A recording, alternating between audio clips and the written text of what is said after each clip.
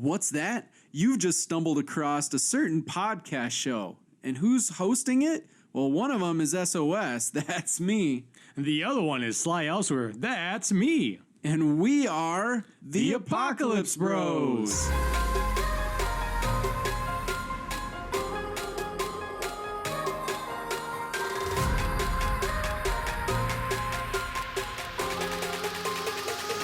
And we're back with another episode of the Apocalypse Bros. Again. Coming back at you a second time. Now, we've been doing a lot of interesting content, not to brag or anything, but we've been doing a lot of interesting content for season 2. But one thing that we've kind of been neglecting a little bit is the tips that we usually shared at the end of every episode. It's all about the tips. It is. It's all about the tip and just the tip. We've been in all of season 1. We ended every episode with some sort of tip, except for our finale episode, of course, because that was a special. But we ended with some sort of tip or trick or something to kind of help people along in the apocalypse. And not that the information that that we bring and the guests bring to every episode isn't in some form, shape, or form a tip for surviving the apocalypse. But it wasn't as formal as we were in the first season. It's very true. So we want to take this episode to kind of just do a direct, very focused on a specific tip that we personally feel like it's actually kind of a number of tips I'll piece together under the topic of scavenging in the post-apocalypse. Now, this is important because there's a lot of supplies out there. There's a lot of resources that are useful, that could be necessary, that you might need in order to continue surviving in the post-apocalyptic world. And we want to sit down and we want to help you guys like really analyze what's worth scavenging. What should you be looking for while you're out there scavenging? Just kind of general information within that topic because it's important. Very true. Yep. We're going to give you some analyzations here. Analyzations. So we're going to kind of turn it into a little bit of a game almost. I will pitch a specific idea, I guess, or a specific place or whatever the case to my co-host Sly, and he's going to tell me whether or not he feels that it is a good scavenge or a bad scavenge. And based on that, we'll do a little bit of discussion on it. We'll give our opinions on it. And then I guess at the end of the day, it's kind of up for you guys to decide. But ideally, we would agree at some point on whether or not it was a good or bad scavenge at the end of the day. So True. Let us begin without further ado to scavenge. Should you scavenge? Let's find out. Should you not? Well, welcome to Scavenging the Apocalypse. That's better. I like that. All right, Sly. So the first one on the list is, would you scavenge, or is it a good scavenge or a bad scavenge? The dump. Oh. Like landfills. Those are really, I think those two terms are really the only two terms I can think of. Yes. They do have a lot of stuff at these landfills and junkyards. We may know a certain somebody who does love to go and venture out to landfills and junkyards and just look at the sitters. That's 2 episodes in a row we've referenced Webecca. Well, when it suits itself to fit, I don't know. She finds her way into the conversation. Yeah, exactly. She sneaks in there somehow.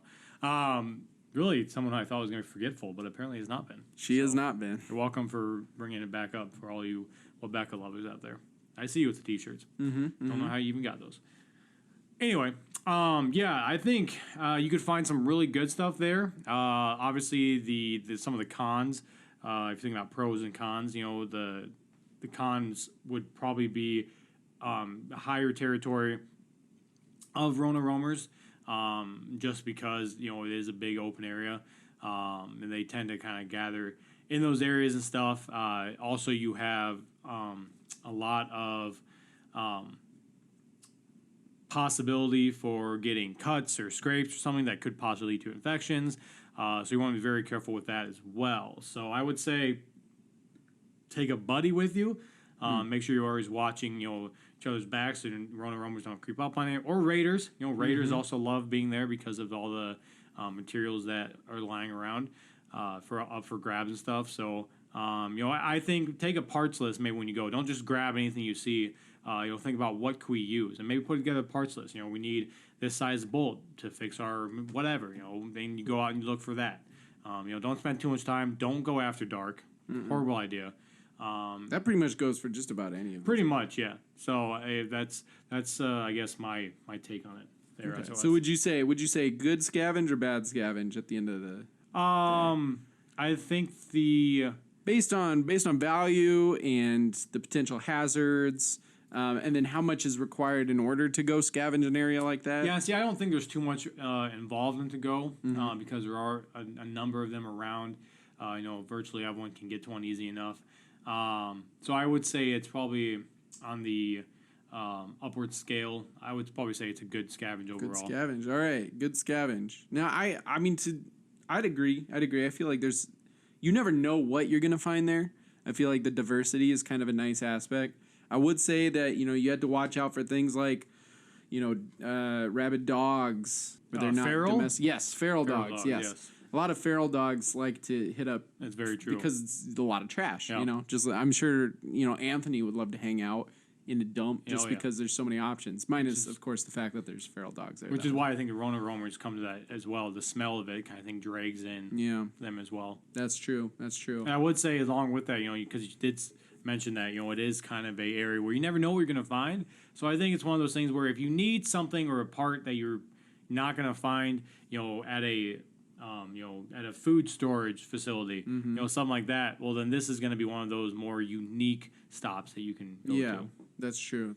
Something not an everyday shop. Obviously, there are a number of things that are factors into this, and I guess maybe we should go through these factors really quick first before we start delving more into these locations. That way, there's a few more things to think about, sure.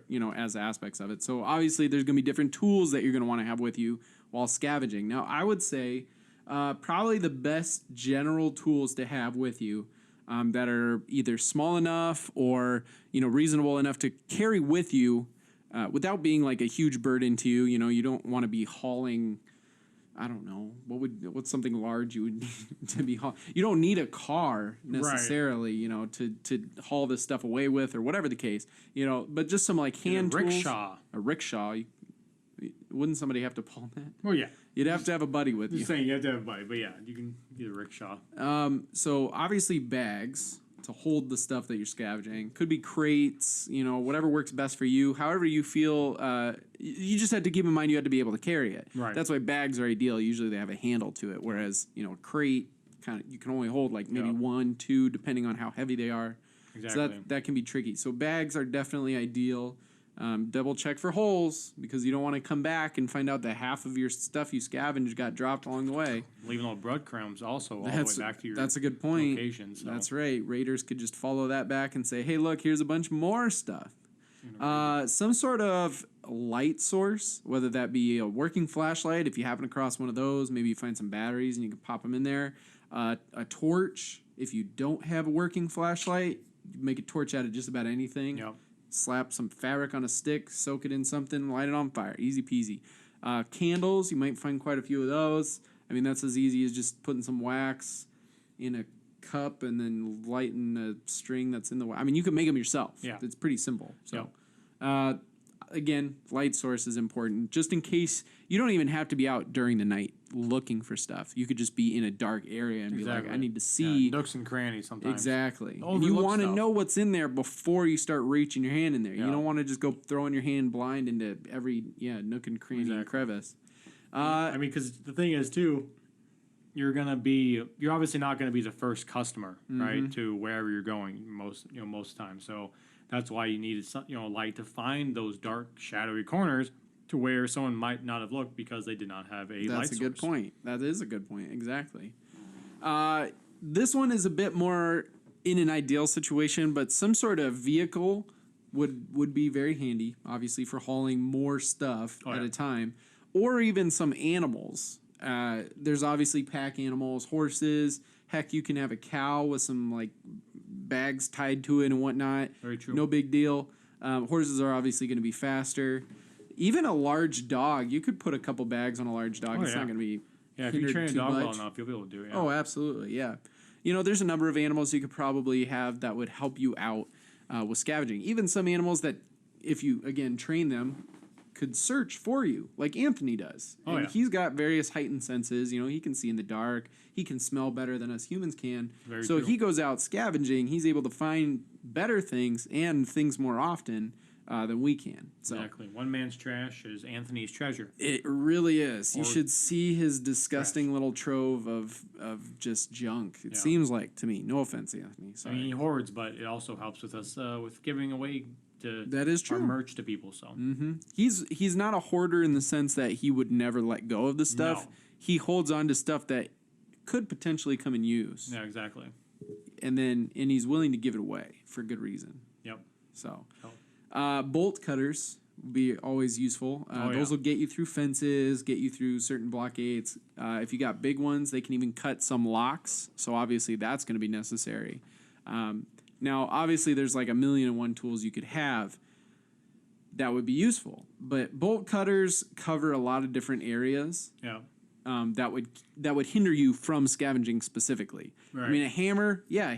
great. Hammer can do a lot of things, but is it really going to help you while you're scavenging? Maybe a little bit, maybe sometimes. But a bolt cutter, I mean, again, you're getting out or you're breaking through locks, things that would keep you from scavenging good stuff. You're getting through fences, places that would block you from getting to places where you would scavenge stuff. Right. You know, there's just 1,000,001 ways that it's helping you with your scavenging. Yep. So Now, you could also, if you had if you had good enough setup, you know, if you probably would have already had to get in some science labs, some welding facilities, but if you had a cutting torch as well, that's true. you know, That'd that be could, nice. That could get you in some other areas where think about vertical walls, right? Well, a bolt cutter is really tough to get on, obviously, a vertical metal wall. So you go in from the back with a cutting torch, cut yourself a big enough building or a big enough hole to get in. There you go. Yeah, that'd be ideal. That would be. Crowbar, I'd say would be another good one. Again, there's a lot of tools out there that'd be great, but you can't go walking into a place looking like a contractor on a job, Very true. because if your bags are all full of tools that you have to use just to get in and get around and scavenge, how are you going to be able to scavenge stuff to leave with? You know, you can only hold so much weight at a time. You know, It's like Skyrim. It's very true. You come over encumbered, and then you have And to then take you a just potion, yeah, it's so drop stuff, come back for it frustrating. later. Or hopefully get on your horse. Yeah. Ugh. You can't So, fast travel. You know, like my pa always said, if it can't fit in your pants, don't take it to the dance. That's right. So, No dancing. words to live by. That's right. So yeah, crowbars, they break through things. It's heavy enough to kind of smash some things just like a hammer could. Or others. Yep, or things. others. That's true. And it's got a pointy end too. And you can, kind of hinge through things, things like that. So yeah, crowbars, again, very much like bolt cutters. There's just a ton of ways that it specifically can help you with scavenging, specifically. And then, of course, the ever versatile, this is the last tool that I have, tool, quote unquote, rope. Oh, rope, yes. Rope is good for everything. Scavenging is one of the many things, topics, categories that rope is great for. But, I mean, rope is just the greatest thing in the world, Yep. bottom line. I mean, you can do everything with rope. Hauling, tying, lowering, raising, Fighting, jump roping, choking, that kind all of the stuff. things. Play, fighting, Play fighting. play fighting. That's right. Now, of course, there's also going to be issues that you're going to run into. Now, those are all your tools that you're going to want, but there's going to be issues that you're going to run into while scavenging, okay? You got roamers. Yep. It's obvious. There's going to be some around possibly just about everywhere. They're basically the zombies of the post-apocalypse or post-coronapocalypse. They're going to try to bite you. They might try to eat you. They're going to chase you, whatever the case. You don't want them to know you're there. If there's a lot of them in your area, that's a problem. If there's only a few in your area, that's less of a problem. Because you got to always keep in mind pack mentality. That's what these roamers have. Exactly. You can get away from one easy peasy, but if you got a bunch of them on you, you better hurry. Bottom line. Raiders. Raiders are smart. Unlike the roamers, they can think. They can maneuver you, outmaneuver you. They might have weapons. They will fight you. Yep. And they're out to go get your stuff. Exactly. If they look at you and they see that you have more than just dirty rags on, they might come for you and try to take your stuff. They might, even if you have the dirty rags on, they might try to take you as, like, I don't know, to sell as like a slave or something. Who knows? It's the crazy world out there. Raiders can get pretty dark sometimes. So I think I'm not sure which is worse because, the roamers may not be in your area because they're obviously not looking for materials. Correct. Well, I guess unless Dr. Death sent them out to look for materials. That's true. So I guess be careful there as well. But, he's if you're looking for materials, you're generally not going to run into roamers that are purposefully looking for you. Probably not in groups unless there's a lot of other people there. But yeah, raiders are going to be looking for those high loot areas as well. So you always got to stay, one step ahead. That's right. And that's why raiders are going to be a big factor when we're talking about some of these areas. Like, sure, maybe this store might be a great place to get food and tools and all this other stuff, but who else knows about that? Raiders. And they're probably already there. If they haven't already been there and wiped the place out, they might be making the place into one of their bases even. Who knows? Very true. And that's another thing. You got to watch out for that. You don't want to just go walking into a place and find out the whole place has been taken over by raiders. Because then you're screwed. If you've ever played Fallout, you know what that's like. Any of the Fallout games. All right, people living in that area. Now, obviously, you might be able to go in, grab some stuff, and get out of there just because people are living there. But here's the thing. That's stealing, and that makes you a raider. Yeah. And then you're just a jerk. Yeah, don't be a jerk. Don't be a jerk. Don't be a thief. Don't be that guy. Plus, they also are smart. They might have weapons, and they fight against you, which is completely justified because you're stealing their stuff. Animals and beasts that might call, or monsters even. I don't know. We've been referring to some of the creatures here, not even as animals anymore. We just call them monsters because they're terrifying, and at least in our standards. The kids that grow up with only knowing the Coronapocalypse will probably just refer to them as animals someday in the future. True. But whatever the case.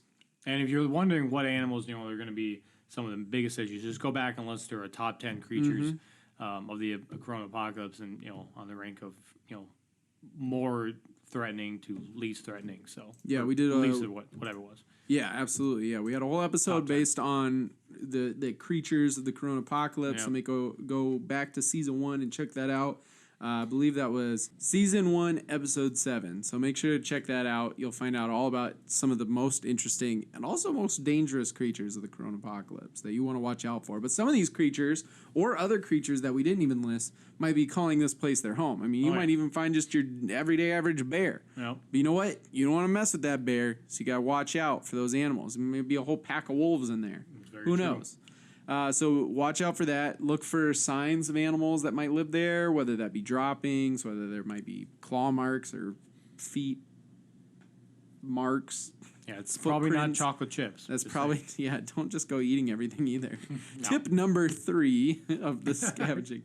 Don't just put stuff in your mouth. Okay. Sanitation union property. Now, you don't want to mess around on sanitation union property. No. Positive side is with that is most of the time they are very good about marking their property, whether it be by guards or by fence or by signage. It's tough to do by accident usually. That's right. Exactly. If you feel like you are in sanitation union territory, I personally would suggest that you leave. They tend to have a very low tolerance policy on that kind of stuff. So you don't want to go messing around in that kind of stuff. Usually they take over government buildings and things like that. So as long as you're not goofing around in those, you're probably good. Although we had a guest tell us that they also use the sewers quite a bit.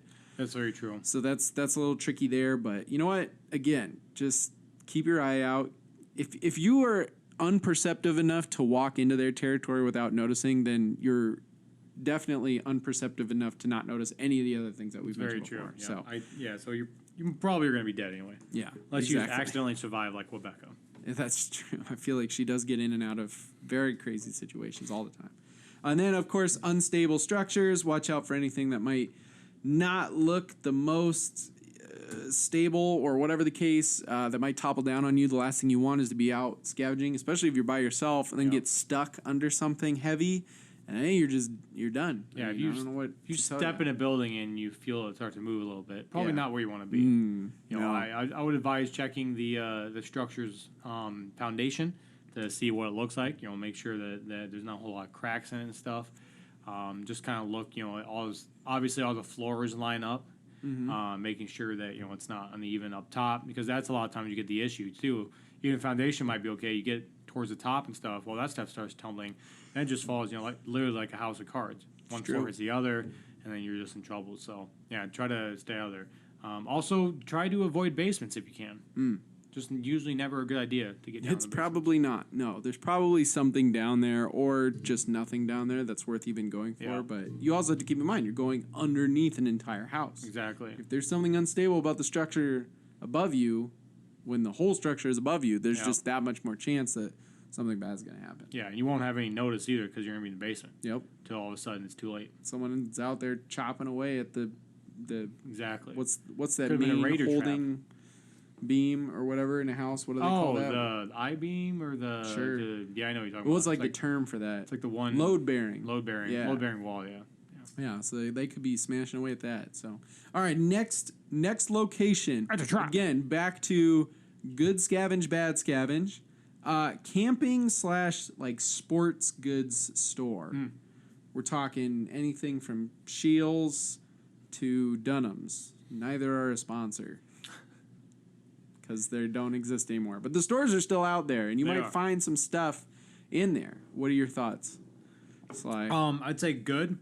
However, the chances of you finding something it might be tough just because of the it's going to be obviously one of the biggest places people go to, depending on depending on the density of the people that are still alive in your area, right? If you live in a big city and you have a lot of people alive, well, chances are most of the stores probably going to hit. The biggest, I think what you're better off finding is actually instead of going to maybe the Cabela store, go to one of the Cabela warehouses, things like that. Try to get out there and find an area where hasn't been shipped to the store yet. A little bit harder to get into. That's where your bulk cutters and stuff come into. But you're probably gonna have a little better chance there. But as far as the stores itself, I would look into the upper offices because that's usually where they keep the stuff that hasn't got on the floor, the higher value stuff. So I would check there first. Look around and see if they have anything up there because a lot of the merchandise on the floor obviously is going to be taken as well. So that's a good point. I never thought about that because a lot of times the employees will go demo things to people too. Exactly. Depending on the store or however they kind of work things. But yeah, they'll go, especially if it's a manufacturer for the items.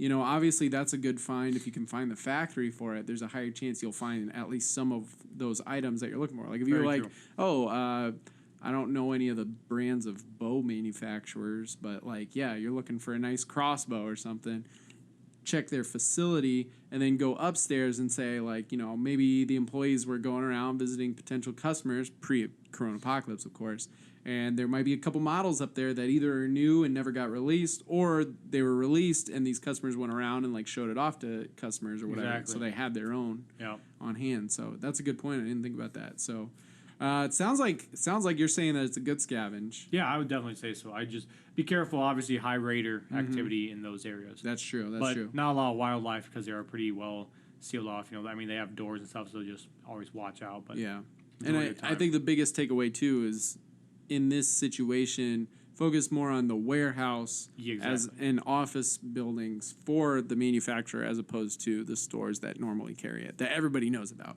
I mean, these are usually massive stores anyway. So, all right, next one, forests. Ooh. Yeah, I'm not gonna do every biome, but forests in general. Just in general, right? Is it good? Is it bad? What are your thoughts? I'm probably gonna have to say good again, only because of the variety of, especially depending on where you're at and stuff for food resources. This is obviously definitely going to be one of the more dangerous areas. Because of lack of sight. You're going to have raiders. You're going to have the different wild animals and different creatures and monsters that we've seen. You're going to have other people that possibly might just be camping out there. Maybe even already hit that area and stuff. Not maybe necessarily going to be dangerous, but it could just be not necessarily worth the thing. But if you get to a good area, you're going to have plenty of food. If you do have a bow, you could possibly go, deer hunting, get some good venison. Get that, pack it down well, and it'll keep a while as well. So, I think the upside once again is higher than the low side. But this is definitely, I think, a group type scavenge, not just a single one or two people. If you want to do single by yourself, the only good thing about being by yourself is you're harder to detect, quieter. But if you hit a raider trap, or if you come across, a smaller group of raiders, you know, as opposed to having people with you where you could actually have a chance, you know, you're going to be stuck in that trap, or you're going to be, you know, just whatever, you know, whatever the raiders want to use you for is pretty much you're going to be up for it. So I would just be careful as far as, you know, that. So be wise about it, but it has a lot of high to danger risk factors. So would you say at the end of the day, would you say it's good or bad? I'd give it a thumbs up. Okay, it's a good as one. long as you, I think, do the group thing. Yeah, I can agree too. I think, you know, as far as renewable food sources, I think this is going to be your top bet. Oh, yeah. I mean, you go to, you know, your grocery stores aren't restocking anymore. Yeah. That's not a thing. You might go to a grocery store, you might find a couple items of food that haven't even expired yet, which that's a whole other thing in and of itself. Whereas with a forest, I mean, you've got creatures that are living there, which could be a good thing, could be a bad thing. Exactly, you know, yeah. for hunting, it's great. And then even just like foraging for stuff like vegetation, plants that you can eat, you know, mushrooms, Water supply, even. water supplies. That's right. That's a good point. Refill your flask, your water bottle, whatever the case. Yeah. So I'd say as far as that goes, definitely great. If you're in a remote enough area, you shouldn't have to worry too much about people. It's going to be those animals that you need to start worrying about, though. There are a lot of dangerous animals out there. So that's, I think, that keep yourself heavily armed. Exactly. If possible. So, all right. Next one, hospitals. What are your thoughts on hospitals? You can get medical supplies. Maybe, I wouldn't say food so much, but... I am actually surprisingly, many of those might disprove me out there, but I'm going to say it's actually a bad area. Just because of there's a lot of, you know, medical supplies at a hospital are going to be very tough to ascertain anyway. Think about the levels of, you're going to have to find either a dead person or Rona Roma or somebody who had a key card or get even into one of those things. Then you're going to have to know where to look. So if you're not an expert in hospitals and know where to look and stuff, it's going to be tough. A lot of different floors, you know, very busy, especially with how electrical, you know, how dark it is in there. Ooh, that's true. You know, I think you're really going to end up, it's going to be, I think, too much risk. Now, your better areas are your smaller urgent care facilities, usually one floor, lots of windows, letting a lot of light. Your smaller doctor offices, your local practitioners, and even some of your different chiropractor. They might not necessarily have all of the antibiotical things you have, but they actually do have some medicine, and some even have nurses on staff that may have had some sort of station of that stuff. So, you know, bandages, salves, things like that you can at least get. So hospitals are, I think, one of those in emergency situations. Otherwise, really try to hit up your smaller doctor's offices and your practitioners. And, you know, we do still see some of these modern day apothecaries, if you will, making different medicine around. So try to find one around. You know, they're not the easiest to find, but if you know somebody with a hookup, try to obviously go that first. Not cheap, but it will save you the hassle of having to actually scavenge and or break into different facilities. That's true. All right. So it sounds like hospitals, bad scavenge. Yes. But on the side note, good scavenge when it comes to small doctors' offices, small practitioners, things like that. What about pharmacies on that kind of same note? Yeah, I would say pharmacies is a good scavenge. Pharmacies, if you've been to a pharmacy for anything more than just going to the drive-through for your prescriptions, they have a lot of different stuff in there. They have cleaning supplies. They have food options. They have, and I'm thinking, obviously you think of your big ones like Walgreens and stuff like that. They have different stuff like that. Not a sponsor. Right, not sponsored. But even your smaller, your local ones, they're going to have a lot of that different stuff in there. And shoot, if you're really trying to decorate for the holidays, they have a lot of holiday decorations in there. Always check the back stock. Always check the attic stock. Whatever it is, I would look in there, and you're going to find a lot of different stuff. Also, people are not really going to be, once again, looking for the smaller buildings. They're going to see big buildings and immediately go to that. That's where your more simple people are going to go to. So if you are more, you're thinking more and you're really trying to be more proactive, check out those small pharmacies as well. But yeah, I would say overall pharmacy is definitely a good idea to go to. Once again, usually one level, to worry about, it being really big and dark and stuff, usually lots of windows. So yeah. Yeah, definitely. And I'd also say that, when it comes down to it, when the Coronapocalypse kicked in and everything, everybody's first notion wasn't to run to the local pharmacy and just stock up on whatever medicine they could get their hands on. They don't know enough about these medicines, and they weren't going to waste their valuable, carry space on something that maybe might be helpful in the long term, they weren't thinking about the long term. So they weren't just like, let's take this whole shelf of different vitamins because there's a good chance I might have a deficiency when I can't find, the food for that would suffice. I'm going to get, what was the pirates were always getting? Scurvy because they weren't getting enough vitamin C, because I don't live in Florida, so we don't get any citrus fruits around here. I got the scurvy. I got the scurvy. So if you go into a pharmacy, even at this point in the post-apocalyptic world that we live in, there's a higher chance that you're going to actually find medicine still stocked in there because, again, nobody unless you're a medical professional or you have a medical guide with you or maybe like some sort of book of medicine or something like that, you're not going to know what they all do, so you're not going to waste your time on it. So I would say if you can, find yourself some sort of medical practitioner's book of some kind, some sort of reference guide to the medications. That way you know what you're grabbing. You know what's worth grabbing. Again, positive side is there's not a whole lot of people that are going to be holding up inside of a pharmacy necessarily. There might be some pharmacies that might, but for the most part, I don't think that's people's go-to area. Yeah. So you might have enough time to really look around and look at the names of the medications that you might have or not, So I'd say, yeah, I'd agree. When it comes down to the smaller offices and smaller pharmacies, go for it. Next one on the list, farms. Now, this could include the field. This could include the barn.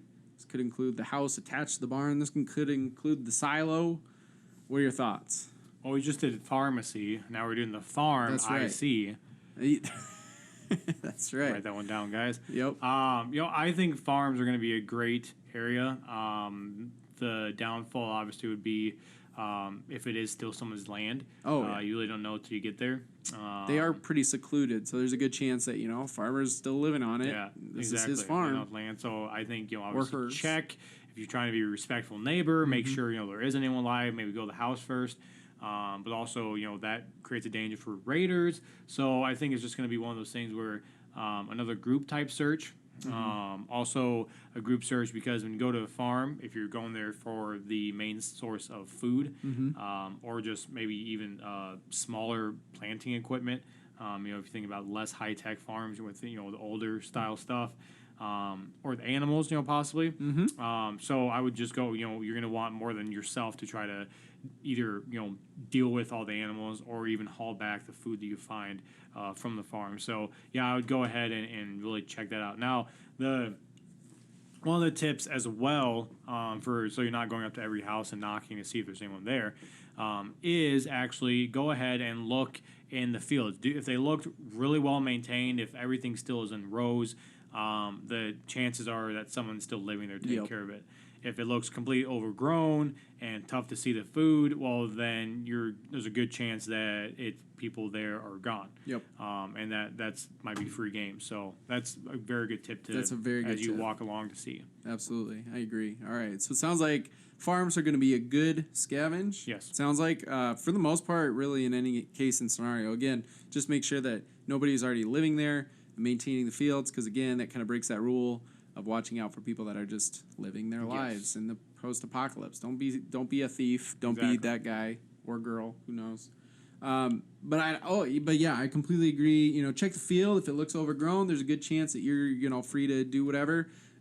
Even though those plants aren't being replanted and such, there's still a chance that they will sort of be repopulating themselves and regrowing over the season, things like that, depending on whatever the food is. And there's a good chance there's seeds that the farmers still have and stuff, right? That's also true. You always have a chance to go do that. Absolutely. Or you just, maybe that's your new place you live. Then you take over the fields as well as you can. Obviously, you're not going to be able to do hundreds of acres, but with all the loss of technology and just everything, machinery and everything like that, we're going back to farming.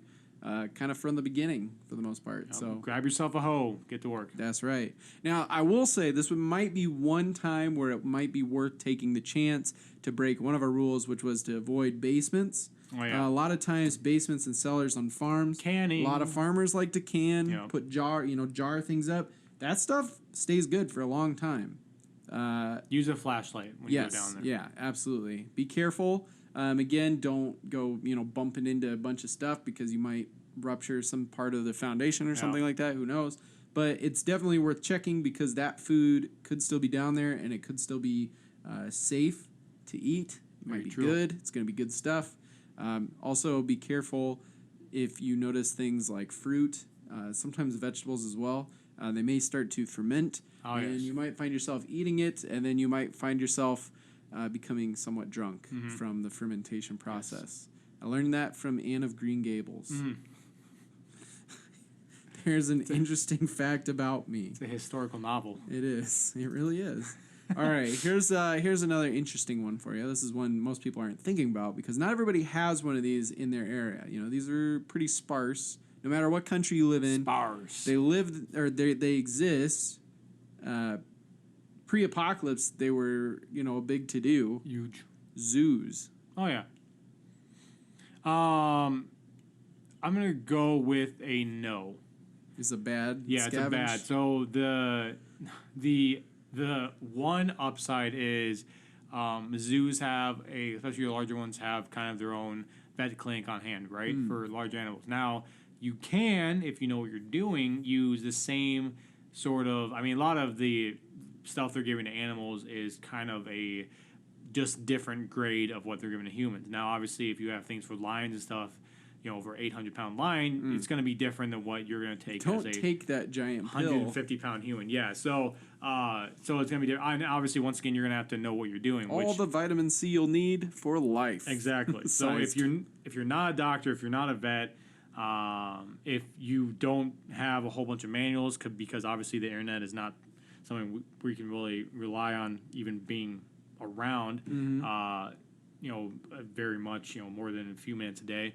Then we know that you're gonna be struggling on what to take, and you could just end up killing yourself taking the pills. And that's actually the least of your concerns, believe it or not. Now, when you go to a zoo, think about all the things that are going on in the zoo to upkeep. You think about the taking care of the facilities. You think about taking care of making sure cages and all other stuff are locked. Well.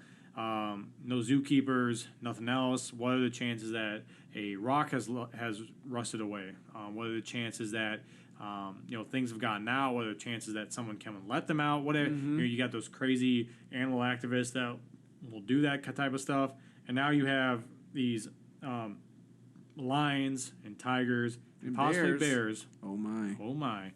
And other wonderful Coronapocalypse creatures that we've seen. And possibly, they've even mutated into them. That's true. There's a good chance that they got the vaccine that they were tested on these dudes. I heard that was a thing back with Bill Gates, that he was testing on these larger animals to facilitate, see what happens in larger animals, other than these little monkeys. So he went, so they could have a chance that they have mutated and broken out of the cages. So I would say if you have to go because hospitals are too far away, pharmacies are too far away, and for whatever reason you live next door to a zoo, and somehow the zoo hasn't killed you yet from living next door, check out the zoo, make sure there's not any extra large claw marks, check for noises and droppings that you may have not seen before, and anything that seems out of the usual for it, and once again, don't go by yourself. Yeah.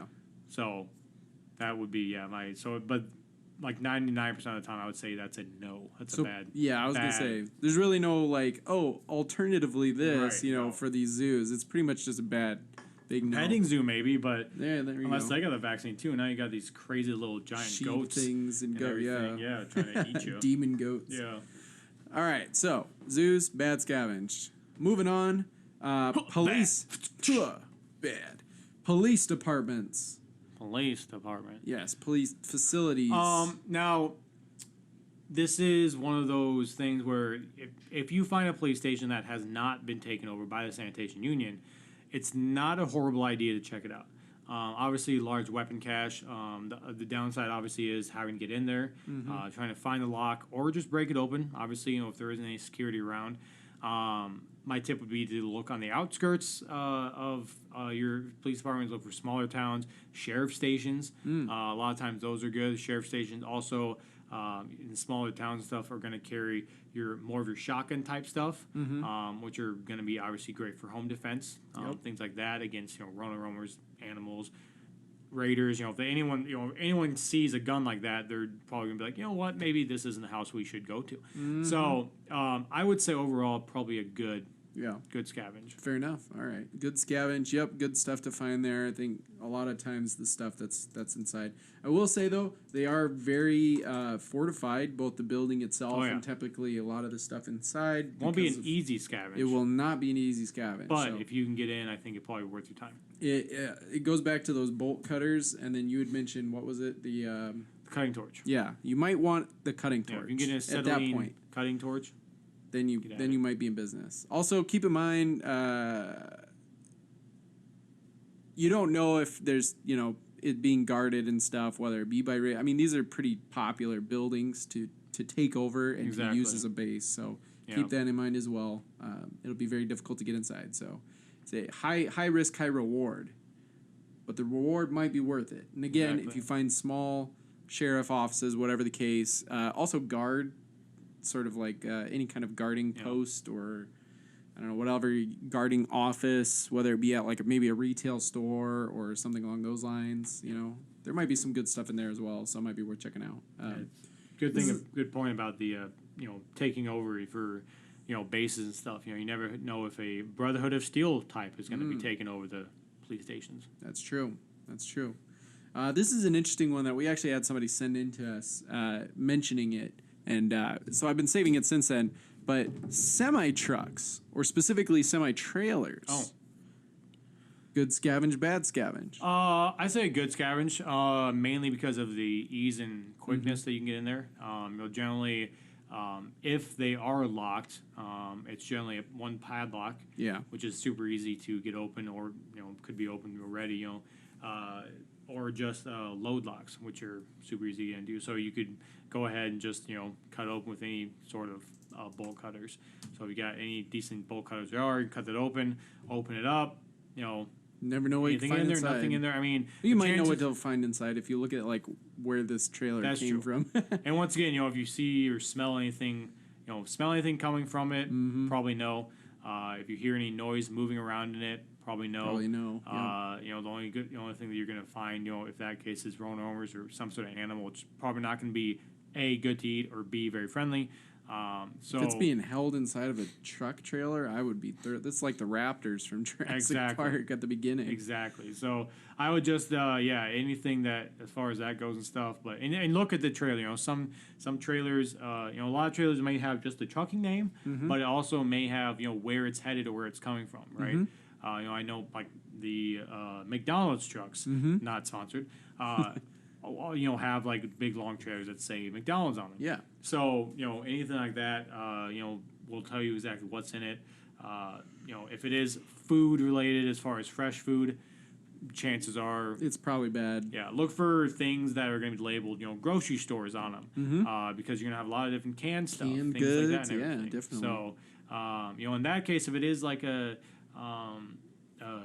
Target store or whatever, even if you smell some bad stuff, maybe worth at least checking out. Slowly, maybe get yourself a contraption where you can open it, 10 feet or more away. So once you open it, if there is anything that's going to get you or a big smell going to come out, it's not going to hit you right in the face. I would definitely say, good scavenge, yeah. And the bonus of it is it's one of those where it's a potentially high risk, but pretty much always will be a pretty low, high reward. Or potentially, and then very low risk, because it's not like anything's going to be living in there. Again, there might be situations where somebody might have been hauling something that was dangerous or put something dangerous inside of there. It's possible, but it's not it's not the norm. I would say it's an anomaly if you do find something like that. So, important side distinction. So obviously, you can look at the labels on the trailer themselves. Also, where the trailer meets the truck, where they usually latch on.